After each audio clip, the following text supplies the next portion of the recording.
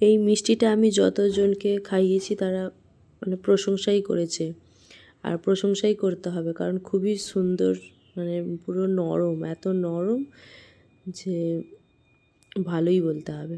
তো যাই হোক, এই মিষ্টিটা তিল আর গুড় দিয়ে, আমি মিষ্টিই বলছি, এটা তিলের গজক বলে এখানের হিসাবে, বা তিল বরফি যাই বলেন না কেন।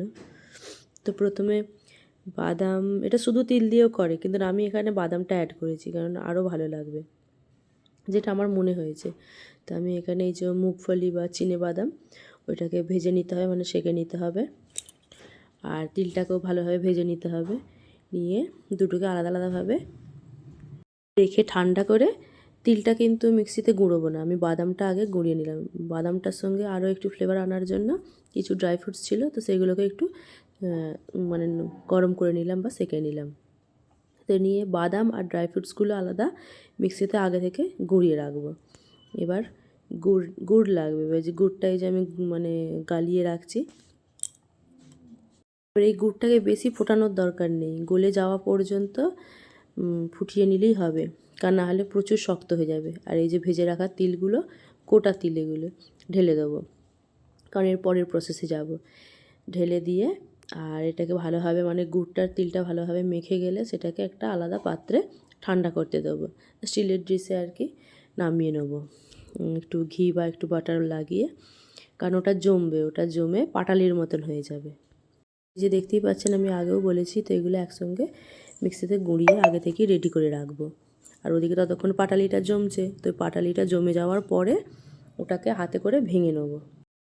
পাটালিটা ভেঙে নেওয়ার পরে এবার এটা মিক্সিতে এটাকে গুঁড়িয়ে নেব একদম মিহি করে। এবার তিলটা গুঁড়িয়ে নেওয়ার পরে এবার তিল আর ওই বাদাম গুঁড়োটা যে করে রেখেছিলাম ওটা ভালোভাবে একসঙ্গে মাখিয়ে নেবো, নিয়ে আর ওতে একটু এলাচ দানা গুঁড়ো করে দেবো সেন্টের জন্য। আর তারপরে এবার এতে বাটার আর ঘি এই পরিমাণ অনুযায়ী আর কি। এটা তো একদম মিহি হয়ে গেছে, আর গুড় দেওয়াই আছে, তো খুব বিশাল দরকার নেই, মানে 50-100 গ্রাম ঘি হলেই এটা ভালো হয়, মানে বাঁধাটা যাবে, লাড্ডু যেমন বাঁধে না সেরকম, মানে মুঠো করা যাবে।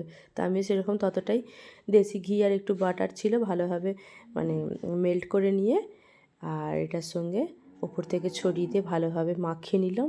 নিয়ে আর এটাকে এবার তারপরে ডিশে ঢেলে আবার সেট করতে হবে, মানে যে কোনো একটা পাত্রে, সমান পাত্রে রেখে, আর ওপর থেকে এটা বাটির পিছন দিয়ে আর কি প্রেস করতে হবে, করে যাতে ওটা ভালোভাবে আর কি বসে যায়। যে অল্প অল্প করে মাখাবো, অল্প অল্প করে ঘি দেবো, তো এরকম করতে করতে ওটা পুরো লাড্ডুর মতো যেরকম বেঁধে যাবে, বাঁধা হয়ে যাবে। এবার ডিশেতে ওটা ভালোভাবে সেট করে নিয়ে আর কিছুক্ষণ রেখে দিলে, হ্যাঁ এখানে আর একটা জিনিস ভুলে যাচ্ছিলাম, মানে এটা গরম থাকতে হবে। এবার আপনি ওটা হালকা কড়াতে রেখেও এটা আর কি এই বাঁধতে পারেন আর কি, যে মানে বাটারটা আর ঘিটা ওর সঙ্গে মেল্ট করতে পারেন, মানে হালকা ধিমি আঁচ চলবে আর কি। তো আমার গরম ছিল বলে আমি কড়া থেকে নামিয়ে নিয়ে আর ডিশেতে সঙ্গে সঙ্গে সেট করে ফেললাম, করে আর পিস কেটে ফেললাম, হয়ে গেল আর কি তিল বরফি বা তিল মিষ্টি। মানে এত সুন্দর, মুখে একটুকু থাকবে না যে আপনি তিল খাচ্ছেন বলে।